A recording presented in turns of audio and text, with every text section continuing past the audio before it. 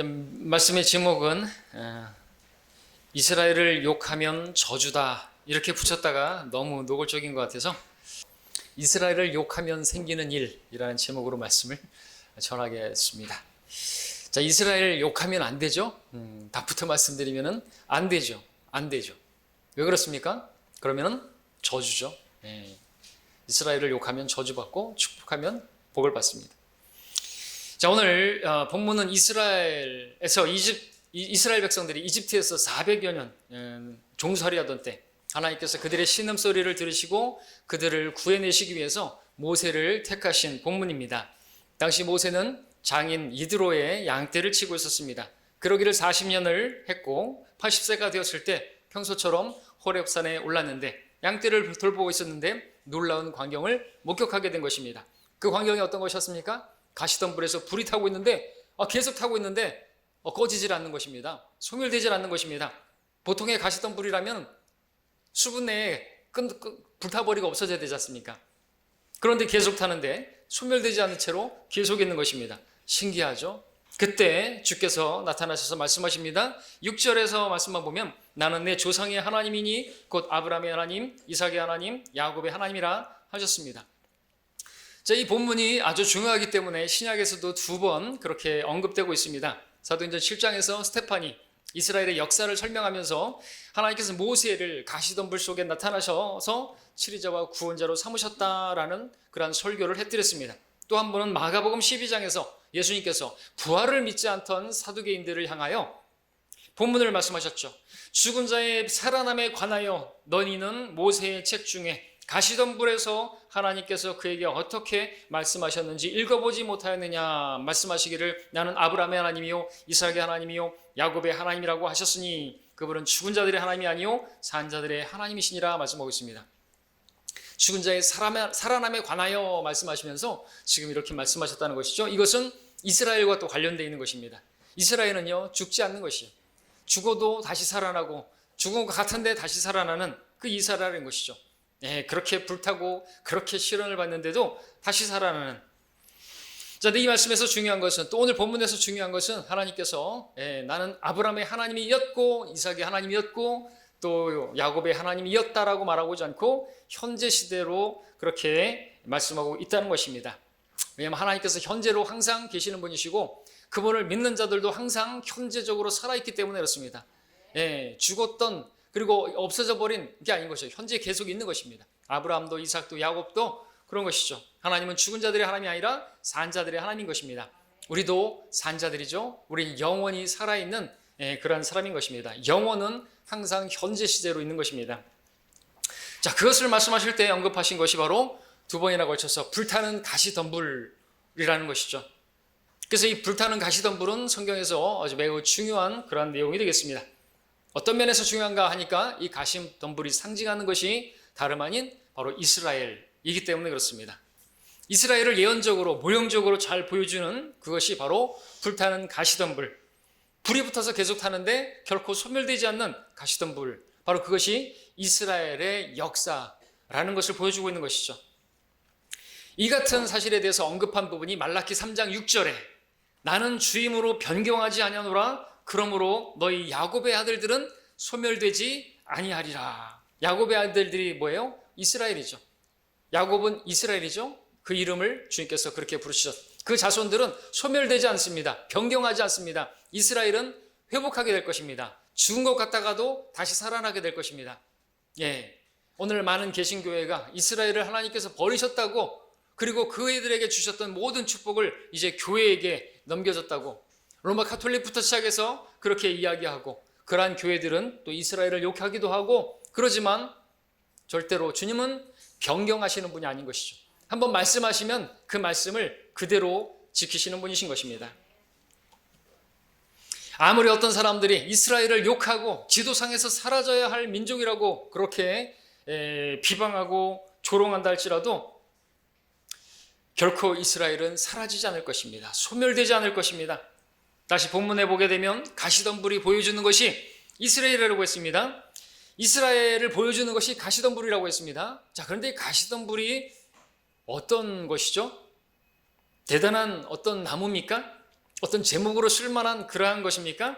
그렇지 않죠. 가시덤불은 정말로 아무짝에도 쓸모없는 그런 것이 가시덤불이다 라고 말할 수가 있는 것입니다. 목재가 될 수가 없는 것이에요. 땔감으로도 사용되어질 수 없는 것이라는 것이죠. 여러분들, 땔감으로도 사용될 수 없는 것은 그냥 호다닥 하고 타버리고 말아버리기 때문에 그래서 금세 타버리는 것이에요.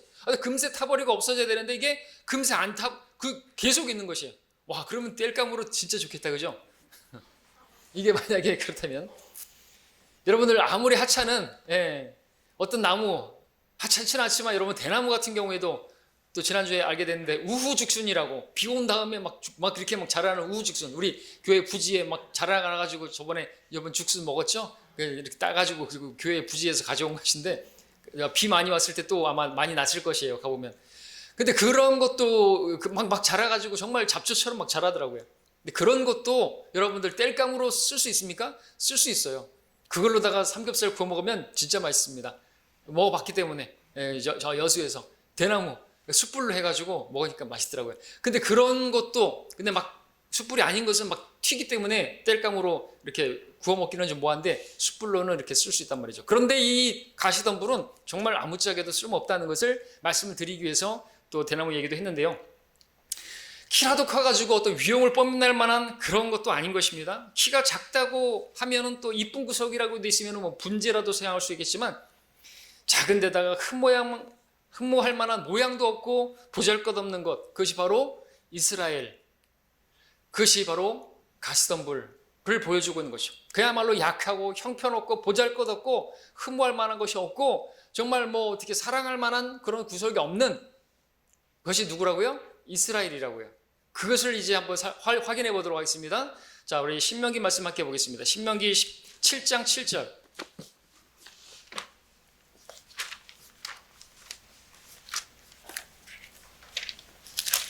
신명기를 몇 군데 볼 것입니다. 자, 하나님께서 이스라엘을 근데 왜 택하셨는 것인가 이거죠. 보잘것없어요. 정말 형편없습니다. 근데 하나님께서 그를 택하셨습니다. 자, 그것을 보는 것입니다. 7장 7절. 외우기도 쉬워요. 신명기 7장 7절에 이러한 이스라엘을 사랑하셨대요. 주께서 그분의 사랑을 너희 위에 두시고 너희를 택하신 것은 이유가 뭐예요? 너희가 다른 민족보다 수가 많음이 아니라 너희가 모든 민족 중에서 가장 적기 때문이라. 그러니까 이스라엘은 수적으로 가장 적기 때문에, 다시 말하면 가장 약하기 때문에, 다른 이방 족속들, 강한 대국들에 비해서 정말 형편없는, 수도 적고 정말 약한 그러한 민족이 이스라엘이었기 때문에 그들을 택하셨다고, 선택하셨다고 말씀하셨다는 것이죠. 9장 가서 보겠습니다. 이제 또 여기서 보시면 주님께서 말씀하십니다. 이스라엘이 어떤 백성인가? 9장 6절 7절을 제가 읽습니다. 그러므로 주 너의 하나님께서 내 의로움 때문에 그 땅을 차지하라고 이 아름다운 땅을 너에게 주시는 것이 아님을 너는 알지니 이는 내가 목이 곧은 백성임이라. 내가 광야에서 어떻게 주 너의 하나님을 진노케 하였는지 기억하고 잊지 말지니 내가 이집트 땅을 출발한 날부터 너희가 이곳에 오기까지 너희는 주께 거역해 왔느니라. 이스라엘이 어떤 민족이라고요? 목이 곧은 백성이라고 말씀하셨습니다. 교만한 백성이라는 것이죠. 감사치 않는 그런 백성이라는 것이죠. 게다가 또 어떤 백성이었는 것인가? 신명기 32장으로 건너가 보겠습니다. 이스라엘이 어떤 백성인가, 민족인가? 32장 28절, 29절입니다. 자, 28절, 29절에 보면은 그들은 분별 없는 민족이니 그들 가운데는 깨달음이 없도다. 오, 그들이 현명하여 이것을 깨닫고 자기들의 종말을 그들이 생각하였더라면 그랬습니다. 그들이 마지막이 어떠할지 알았더라면. 그런데 모르는 것이에요. 마치 양들이 그 근시 아니라 바로 앞에 것만 바라보는 것처럼, 멀리 내다보지 못하는 것처럼 분별력이 없는 것입니다. 정말 어리석은 그런 민족이 누구라고요? 이스라엘이었다라고 말씀하는 것입니다. 자, 다시 앞으로 28장 가서 보시면, 자, 이스라엘은 어떤 민족인 것입니까? 배은망덕한 민족입니다. 28장 47절, 48절. 예언적인 말씀인데 앞으로 이러이러게 행하면 복을 주고 그렇지 않으면 저주가 있을 것이다. 그렇게 했는데 우리가 알지만 이스라엘은 결국 그렇게 하지 말라는 것을 했던 것이죠. 28장 47절부터 보시면은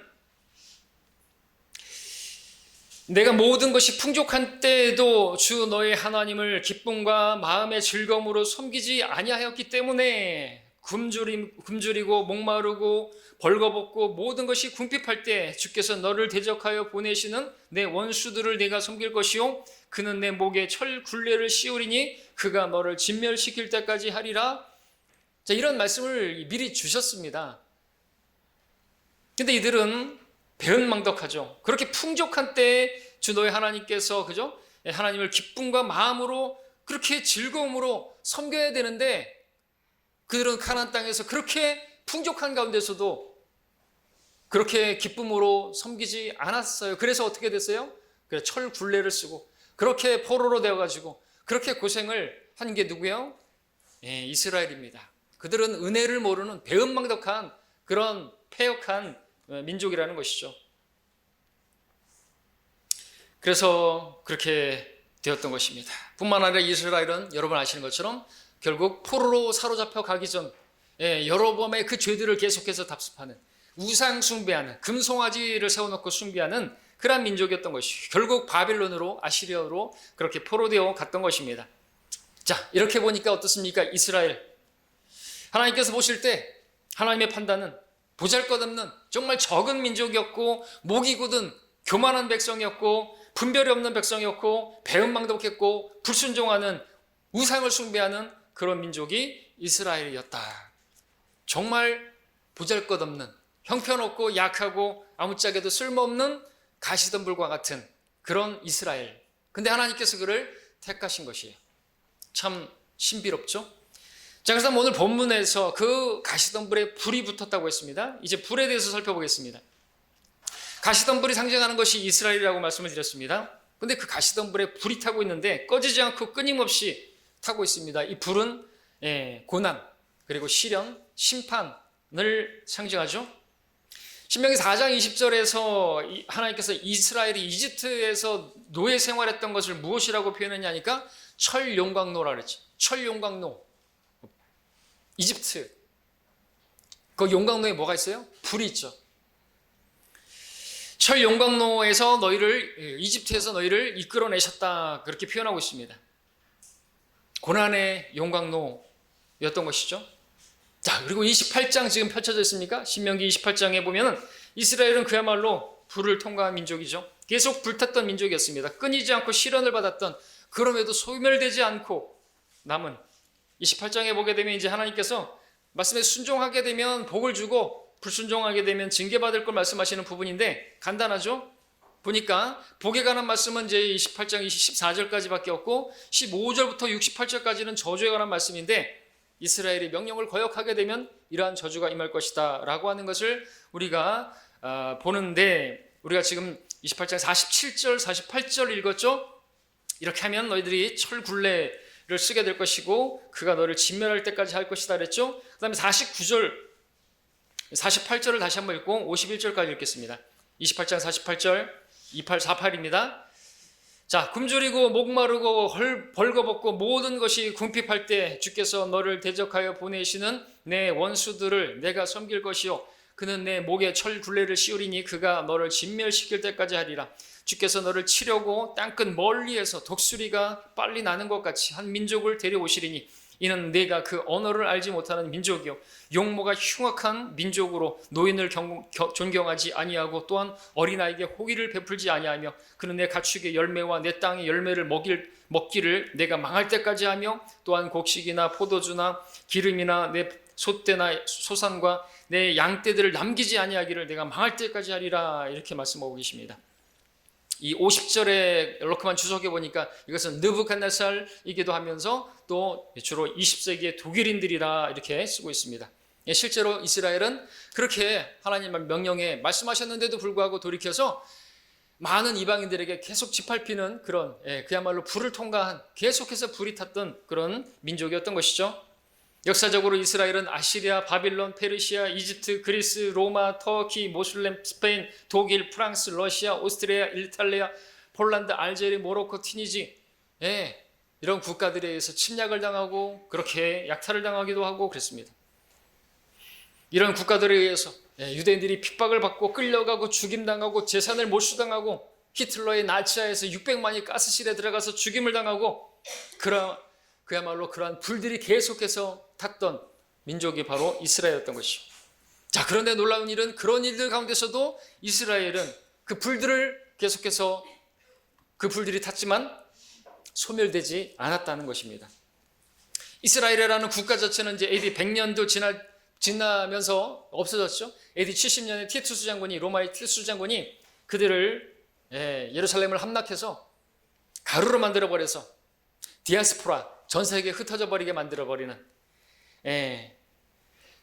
그러다가 1948년에 국가로서 독립하기 전까지 1800년 동안 나라 없이 국가 없이 그렇게 지냈던 민족이 이스라엘이었습니다.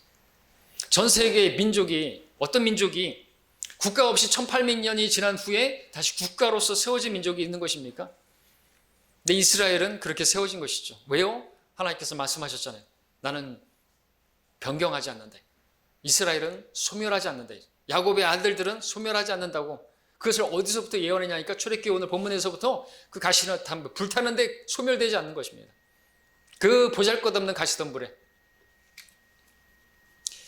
그렇기 때문에 이스라엘은 1000년이 아니라 1800년이 아니라 만년을 종살이하다가 그렇게 되더라도 세계에 흩어졌다 할지라도 마침내는 다시 부활할 수밖에 없는 그런 민족인 것이죠.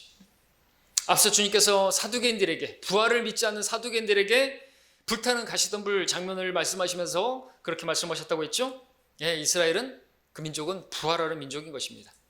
여러분, 에스겔서 37장에 보게 되면 이제 마른 뼈 환상 골짜기 아시죠? 다 말라버린 그 뭐예요? 이스라엘 집이라고 했지 않습니까? 거기 숨이 들어가니까 살아나죠. 죽은 적 그야말로 뼈도 말라버렸어요. 그런데도 회복되는, 살아나는 이스라엘. 그처럼 죽은 것 같은데 살아나고 다 불이 꺼져버린 것 같은데 그 불을 통과하면서도 결코 소멸되지 않는 민족이 이스라엘이었던 것이죠. 왜 그런 것인가? 하나님께서 약속하셨기 때문에. 이스라엘 뒤에는 하나님이 계셨던 것이고 그들 가운데는 하나님이 계셨기 때문에 그렇습니다. 하나님께서 그렇게 말씀하셨기 때문에, 약속하셨기 때문에 그들이 보존되고 지금도 보존되고 있다라는 것입니다. 중요한 사실은 이스라엘이 대단한 정말 훌륭한 민족이었기 때문에 그렇게 지금 보존하고 계시는 것이 아니라는 것이죠. 그리고 그들이 나중에는 민족들 가운데서 우두머리로 왕국 때 그렇게 높임을 받는 게 아니라는 것이죠. 전적으로 그들의 어떤 신실함 때문이 아니라 하나님의 신실함에 의해서 그렇게 보존되어질 것이고, 그리고 그들은 소멸되지 않을 것이고, 그리고 그들은 민족들 가운데 우두머리로 세워지게 될 것이다 라는 것입니다. 대단한 민족이 아니에요.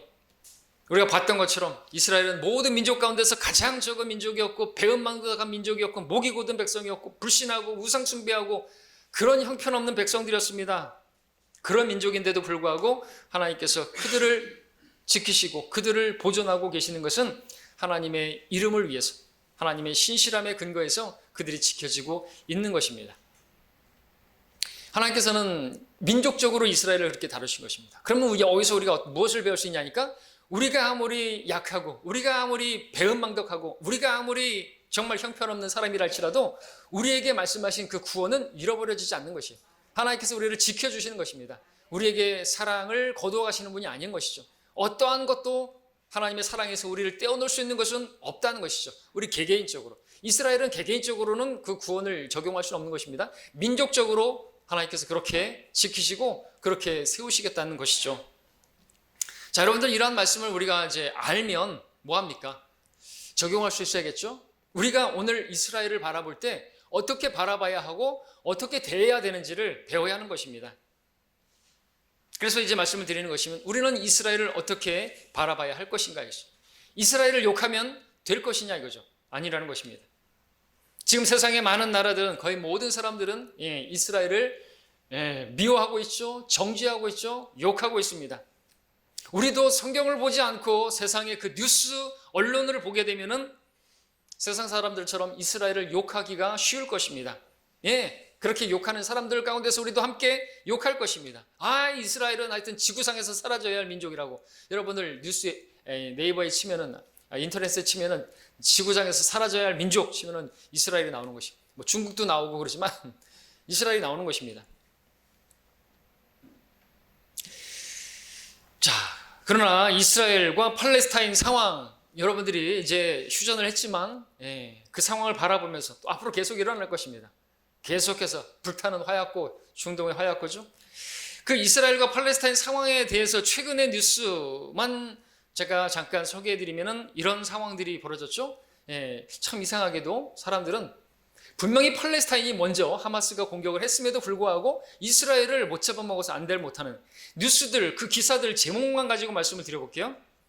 최근 5일 정도에 이스라엘 폭격으로 3층 건물 무너지며 일가족 10명 사망. 이스라엘 대사관 찾은 7살 아이의 외침, 더 이상 죽이지 마세요. 이스라엘군 가자지구 외신 입주 건물까지 폭격. 가자지구 향해 불 뿜는 이스라엘의 야포. 가자지구에 쏟아지는 폭탄비, 이스라엘 규탄 본물. 이스라엘 가자지구 8일째 맹폭. 이런 피해는 처음. 이스라엘 공습 부상자 옮기는 팔레스타인 남성.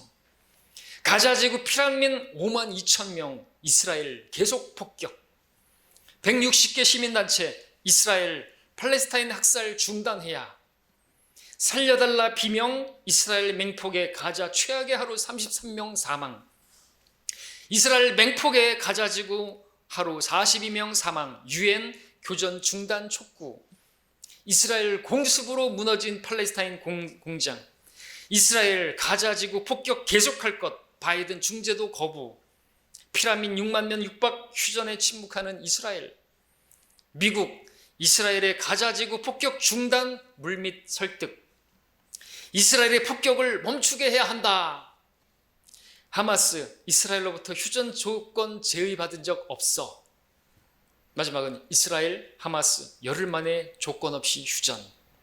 자, 이런 식으로 해서 휴전이 되고 그 과정 가운데서 여러분들 다수가, 여러분들 우리 교회 단톡방에 박정선 선생님 올리신 것도 있잖아요.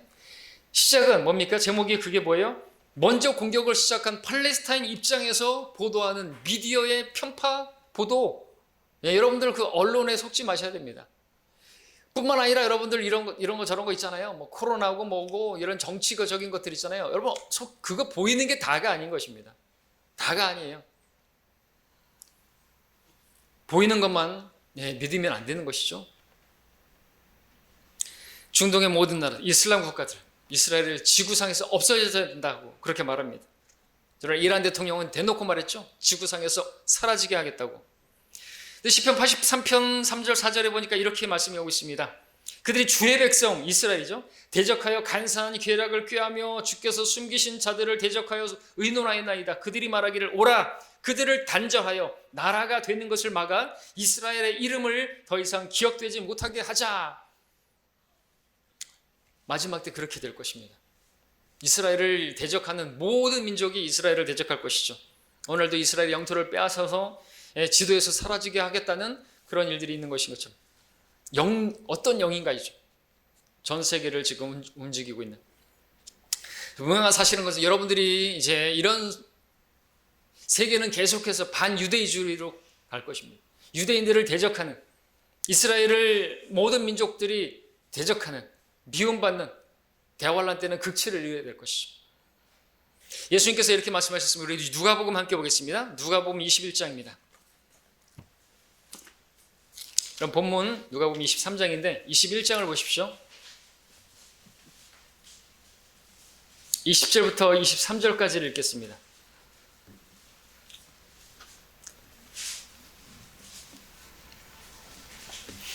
예루살렘이 군대에게 포위되어 있는 것을 보거든 그때는 패망이 가까운 줄 알라. 그때 유대에 있는 사람들은 산으로 피하고 도성 안에 있는 사람들은 시골로 가되 시골에 있는 사람들은 도성으로 들어오지 못하게 하라. 이는 이 날들이 복수의 날들임이라. 모든 것을 기록된 대로 이루려는 하는 것이라. 그날에는 아이벤 사람들과 젖먹이는 사람들에게 화가 있으리라. 화 있으리라. 이는 이 땅에는 그 땅에는 큰 고난이 이 백성에게는 진노가 있을 것이기 때문이라. 자, 예수님께서 다시 오시기 전 세상 끝내 환난, 대환란이 있을 것을 말씀하셨죠. 근데 예수님께서 이렇게 덧붙였습니다. 24절을 읽으면 또 그들은 칼날에 쓰러질 것이며 모든 민족들에게 사로잡혀 갈 것이요 또 예루살렘은 이방인들의 때가 찰 때까지 이방인들에게 짓밟히리라. 예루살렘에 대한 공격은 언제까지 지속되는 것인가 하면 이방인들의 때가 찰 때까지라고 했습니다. 이 이방인들의 때는 바로 느부갓네살로 시작해서 여러분들 그 다니엘의 그 큰 영상 있죠? 바빌론에게 포로로 잡혀가지고 그 뒤에 메데 페르시아 그리스 로마 해서 쭉 이방인들에게 밟혀지고 발가락 10발가락 마지막 적그리스도의 왕국 때까지 계속해서 짓밟히는 것입니다. 계속해서 불타는 것이에요. 그렇게 되는데 그 끝은 이렇게 또 계시록 11장 2절에서 말하기를 그러나 성전 밖에 있는 뜰은 남겨두고 측량하지 말라. 이는 그것을 이방인들에게 주었으며 그들이 42달 동안 그 거룩한 도성을 발 아래 짓밟힐 것이기 때문이라 했습니다. 42달 후 3년 반 적그리스도의 통치 기간 그때까지 그렇게 이방인들에 의해서 그렇게 짓밟히게 될 것입니다. 그리고 이후에 주님께서 재림하셔서 그야말로 그때서야 예루살렘 화평의 도시, 평화의 왕이 오실 때까지는 평화가 없는 그러한 예루살렘의 평화가 임하게 되는 거죠. 그 전까지는 계속해서 짓밟히게 되는 것입니다. 계속해서 불이 탄다는 것입니다. 그런데도 소멸되지 않는 것입니다. 그 가운데서도 주님께서 남은 자를 이렇게 세우시죠. 자, 유대인들 박해하고 죽이는 일이 있을 것이다. 대환란 때는 그 극치가. 그래서 마태복음 25장에 보게 되면은 여러분들 그 환란을 통과하고 이제 천년 왕국으로 들어가는 조건이 뭡니까? 네? 누가 양의 민족으로 구분되고 누가 염소의 민족으로 구분이 됩니까? 유대인들에게 어떻게 했느냐에 따라서 양의 민족이 되느냐, 염소의 민족이 되느냐. 그래서 불못으로 가느냐, 아니면 왕국으로 들어가서 백성이 되느냐. 그 기준은 무엇입니까? 유대인들을 선대했느냐, 아니면 유대인들을 박해하고 죽였느냐, 그리고 감옥에 던져두고 고소하고 그렇게 민원 넣고 그렇게 했는 것인가 이거죠. 그것에 따라서 나눠져. 그러면 갈수록 어떻게 돼요? 대환란 전부터 이 세상은 유대인들을 못 잡아먹어서 유대인들을 욕하고 그렇게 저주하는 그런 세상의 풍조로 가는 것이 맞는 것입니다. 그래서 여러분들이 보는 것처럼 지금 뉴스를 말씀드렸던 것처럼 전 세계 뉴스 언론 보도들이 다 그렇게 이스라엘을 나쁘게 악하게 그렇게 편파 보도를 하는 것은 우리가 지금 마지막 때를 살고 있다는 것을 보여주는 것이기도 하는 것이죠. 자, 그러나 우리는 어떻습니까? 우리는 이 세상의 풍조를 따라서는 안 되는 것입니다. 우리는 하나님의 말씀을 따라야 하는 사람들입니다. 우리 그리스도인들은 어떻게 되는 것입니까? 믿지 않는 자들처럼 그렇게 하나님 말씀을 믿지 않는 자들처럼 그렇게 이스라엘을 욕하고 저주하면 안 되고 우리는 오히려 이스라엘을 사랑하고 그들을 축복해야 하는 것입니다. 왜냐하면 모든 민족들이 이방인들이 사랑해야 할 민족으로 하나님께서 이스라엘을 선택하셨기 때문에 그렇습니다. 우리 시편 122편 보겠습니다. 시편 122편. 잘 아시는 말씀 시편 122편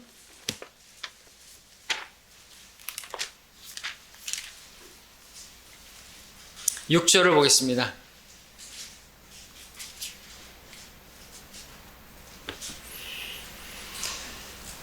우리 함께 한 목소리를 읽겠습니다. 시작. 예루살렘의 화평을 위하여 기도하라. 너를 사랑하는 자들은 번성하리로다. 말씀하고 있습니다. 민족, 한 민족, 이스라엘을 사랑하는 자들은요, 모든 사람들은, 모든 이방인들은요, 하나님께서 번성케 하신다고 말씀하셨습니다. 실제로 역사 속에서 이스라엘의 편에 들어서 그렇게 정책을 폈던 그러한 민족, 그러한 국가들은 하나님께서 번영케 해주셨죠. 특별히 영국이 그랬고요, 미국도 그랬고요. 근데 이제 돌아선다? 그러면 망하는 것입니다. 자, 그럼 왜 이스라엘 사랑해야 합니까? 이유가 있습니다. 첫 번째는 하나님께서 택하신 민족이기 때문에 그렇죠. 하나님께서 선택하신 백성은 이스라엘밖에 없습니다. 신명기 7장 6절 찾지 않습니다. 이는 내가 주 너의 하나님께 거룩한 백성임이니 주 너의 하나님께서 땅 위에 있는 모든 백성 위에 너를 택하시어 자신의 특별한 백성이 되게 하셨습니다. 말씀하셨습니다. 시편 135편 4절에서도 이는 주께서 야곱을 자신의 것으로 택하셨고 이스라엘을 자신의 독특한 보물로 택하셨습니다. 또한 이스라엘은 하나님의 아들이라고 불리는 민족이죠. 호세아 11장 1절에서 이스라엘이 아이였을 때 내가 그를 사랑하여 내 아들을 이집트에서 불러내었느니라.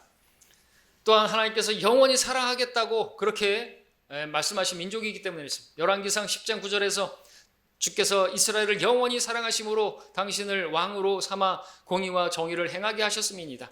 역대기가 9장 8절에서도 하나님께서 이스라엘을 사랑하사 그들을 영원히 견고케 하시려고, 또 하나님께서는 이스라엘의 하나님이기 때문에 그렇습니다. 출애굽기 29장 45절에서 나는 이스라엘 자손 가운데 거하며 그들의 하나님이 되리니. 자, 이런 이유들로 인해서 우리는 이스라엘을 사랑해야 하는 것입니다. 근데 이 말씀을 거꾸로 하면 어떻게 되는 것입니까? 이스라엘을 우리가 미워하거나 저주하게 되면은 아까 시편 122편 말씀에 따르면 우리가 번성하는 것이 아니라 망하게 되는 것이죠. 사랑하면 번성하는데 사랑하지 않고 미워하면 저주를 받는 것이죠. 실제로 하나님께서는 그것도 말씀하셨습니다. 창세기 12장에서 아브라함에게 말씀하시기를 이스라엘의 조상이었던 아브라함에게 너를 축복하는 자들에게 내가 복을 주고 너를 저주하는 자들을 저주하리라. 내 안에서 땅의 모든 족속들이 복을 받으리라. 모든 족속, 모든 민족들이 이스라엘을 어떻게 대하느냐에 따라서 이 약속은 아브라함뿐만 아니라 그의 자손, 친히 주님께서 이스라엘이라고 이름 붙이신 야곱에게도 하셨습니다. 창세기 27장 29절에서 너를 저주하는 모든 자는 저주를 받고 너를 축복하는 모든 자는 복을 받을지어다. 이방인을 말하는 것이. 자, 이 말씀이 한 번 더 나오는데 이것을 함께 찾죠. 민수기 함께 보겠습니다. 민수기 말씀 보십시오. 24장 9절입니다. 민수기 24장 9절.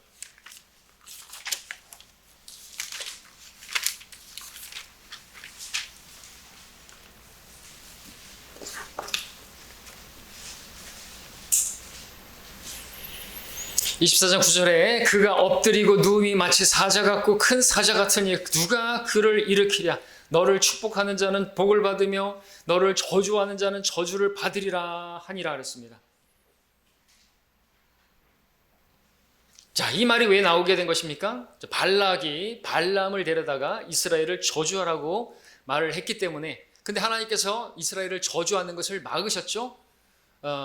그래서 할 수 없이 발람은 이렇게 하나님 말씀에 따라 예언한 것입니다. 이스라엘을 저주하면 저주받고요, 축복하면요, 복을 받는 것입니다. 자, 그런데 발락이 이스라엘을 저주하라고 발람에게 사주하게 할 때 어떤 근거로 이렇게 저주하라고 했던 것입니까? 뭘 보여주면서, 그죠? 저주하라고, 저런 백성이 무슨 축복을 받냐고 하면서 했는데, 여러분들 민수기 22장 41절 보십시오. 22장 41절에 보시면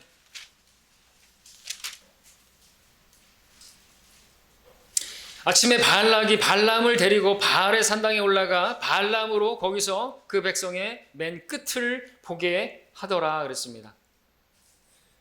예, 발락이 발람을 데려다가 지금 이스라엘의 맨 끝을 보여주면서 결국 저주하라고. 맨 끝에 뭐가 있었을까요? 네, 분명히 이스라엘의 맨 끝에는 항상 불평하는 사람들, 그리고 못난 사람들 있는 것이죠. 항상 뒤처진 무리들이 그러잖아요. 그리고 우리 교실의 학생도 맨 뒤에 있는 학생들이, 우리 교회 말고요, 학생들이 좀 껄렁껄렁하는 학생들이 있고 막 그렇잖아요.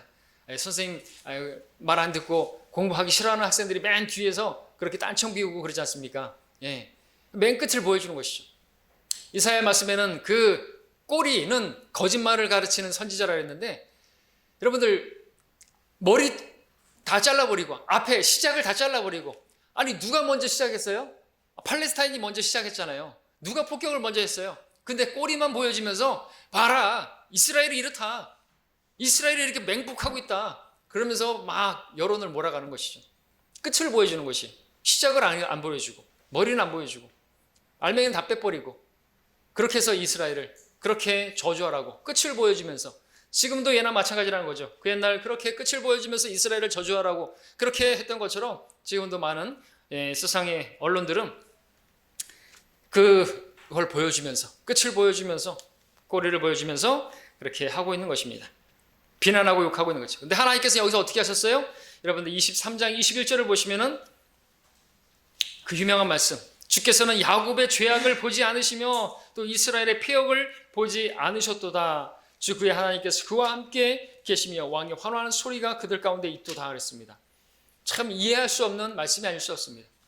그렇게 죄악이 있고 그렇게 패역이 있는데도 불구하고 주님께서 그들을 택하셨고 그들 가운데 함께 하시고 그렇다는 것이죠. 왕을 환호하는 소리가 그들 가운데 있고 말씀하고 있는 거죠. 보지 않는다 이거죠. 허물을 안 본다 이거죠.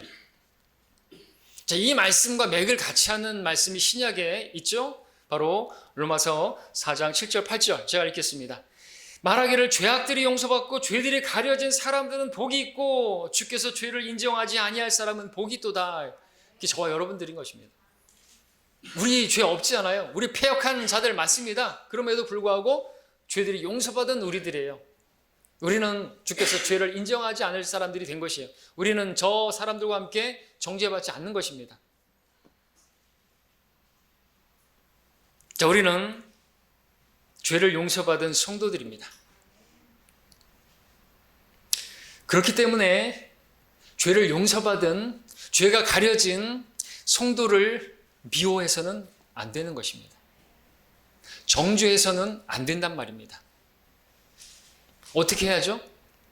오히려 용서하고 오히려 사랑하고 오히려 축복해 줘야 되는 것이죠. 복을 빌어줘야 되는 것이죠. 기도해 줘야 되는 것입니다. 용서하고 사랑하라 그랬지 누가 업신여기고 판단하고 미워하라 그랬습니까? 우리가 그렇게 해야 되는 것은 죄를 용서받은 사람들을 여러분 성도들을 그렇게 대해야 되는 것은 하나님께서 그렇게 하라고 말씀하셨기 때문에 그렇죠.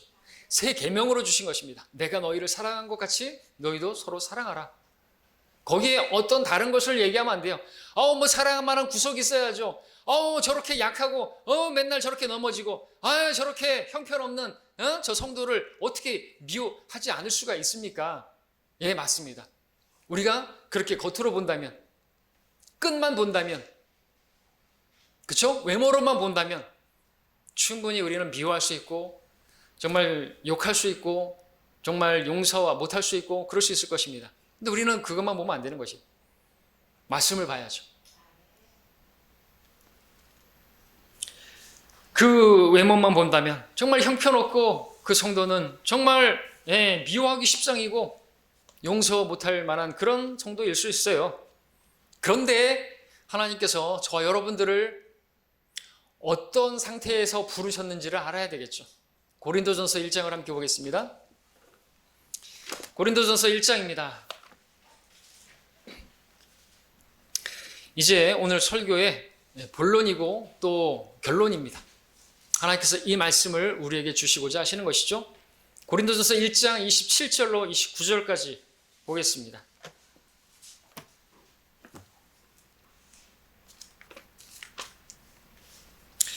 27절부터 29절까지. 그러나 하나님께서 세상의 어리석은 것들을 선택하심은 지혜로운 자들을 부끄럽게 하시려는 것이요 하나님께서 세상의 약한 것들을 선택하심은 강한 것들을 부끄럽게 하시려는 것이라.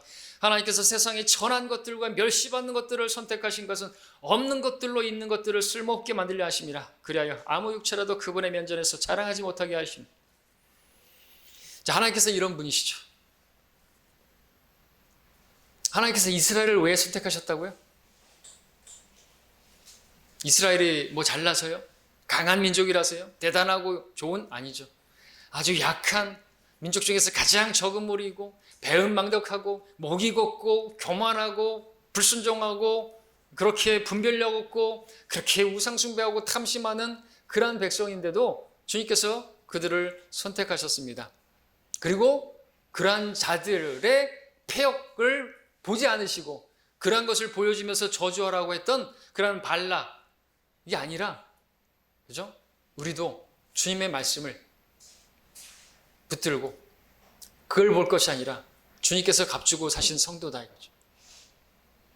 주님께서 사랑하라고 두신 성도다 이거죠. 용서하라고 우리를 먼저 용서해 주셨어요. 1만 달란트 빚을 탕감해 주셨습니다. 그러니까 여러분들이 볼 때 아무리 약하고 형편없고 정말 아이고 이렇게 할 만한 그러한 성도라 할지라도 절대로 여러분들 미워하면 안 되는 것이에요. 용서해야 되는 것입니다. 사랑해야 되는 것입니다. 그것이 주님의 법이고 주님의 계명인 것입니다.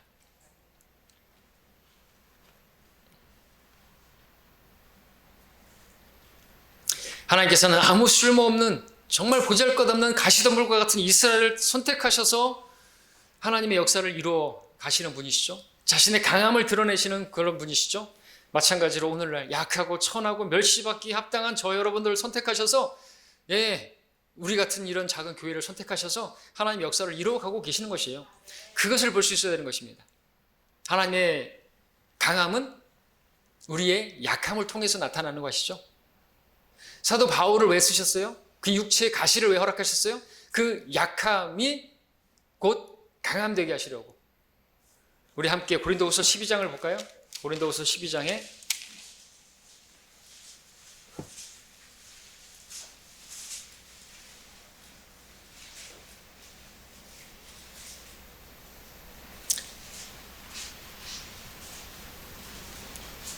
구절을 보겠습니다. 주께서 내게 말씀하시기를 내 은혜가 내게 충분하도다. 이는 내 능력이 약한 데서 온전하게 됨이니라. 그 하셨느니라. 그러므로 내가 오히려 매우 기쁘게 나의 약한 것들을 자랑하리니 이는 그리스도의 능력이 내게 거하게 하려 함이라. 말씀하고 있습니다.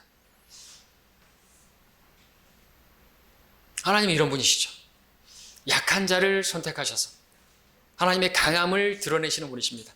여러분이 볼 때 그 성도가 약하고 정말 형편없다 할지라도 하나님께서는요, 그를 통해서 하실 일이 있는 것입니다. 그래서 우리는 연약한 지체를 우리 교회 안에 연약하게 보이는 그 지체에게 더 많은 존귀로 주님께서 존귀하게 여기시는 것처럼 우리는 그렇게 바라봐야 되는 것입니다. 자, 오늘도 주님께서는 교회를 이스라엘처럼, 교회가 적은 무리죠. 이스라엘도 아주 적은 무리였습니다. 교회도 세상적으로 본다면 정말 형편없는 사람들이 모였죠. 지혜도 없고 뭣도 없고 좋은 가문에서 나지도 않았고, 근데 마찬가지라는 것입니다. 이스라엘도 그렇지만 하나님께서는 이스라엘을 축복하셨고 이스라엘을 저주하는 자들에 대해서 심판하셨고, 하나님께서는 교회에 대해서도 마찬가지입니다. 자, 말씀을 맺겠습니다. 이스라엘을 미워하고 저주하는 일은 저 구원받지 않은 사람들에게는 대환란 때 염소로 분류되어 가지고 심판받는 근거가 됩니다. 그처럼 교회를 미워하고 업신여기는 일은 구원받은 성도들에게는 그리스도의 심판석에서 심판의 근거가 됩니다. 그리스도의 심판석에 나오는 로마서 14장에서 뭐가 나옵니까? 어찌하여 내 형제를 업신여기느냐? 어찌하여 너는 내 형제를 판단하느냐? 우리 모두가 그리스도의 심판석 앞에 서리라 말씀하셨습니다. 심판석에 나오면서 형제를 어떻게 대했는가, 그것에 따라서 우리가 아무리 다른 거 잘했어도 교회를 미워하고 곧 형제 자매를 미워하고 그랬다면 상은 없다는 것이에요. 심판의 석에서 우리가 심판받는 건 상이 다 까먹는 것이에요. 자, 오늘 주님께서 여러분에게 주시는 말씀이 무엇입니까? 단순하죠? 여러분들 세상의 풍조를 따라서 이스라엘을 욕하거나 저주해서는 안 됩니다. 오히려 그들을 사랑하고 기도하고 축복하라고 말씀하십니다. 또한 교회를 미워하고 업신여기고 할 것이 아니라는 것입니다. 오히려 교회를 사랑하고 교회를 위해서 기도하라고 말씀하시는 것입니다. 이 말씀은 그 어느 시대보다도 우리가 이때에 꼭 붙들어야 할 말씀이고, 우리가 이 말씀대로 살겠다라고 고백해야 하는, 이 말씀대로 실행해야 하는 그런 말씀인 것입니다. 자, 그런 마음이, 결단이, 그런 각오가 우리 안에 있기를 바랍니다. 기도하겠습니다.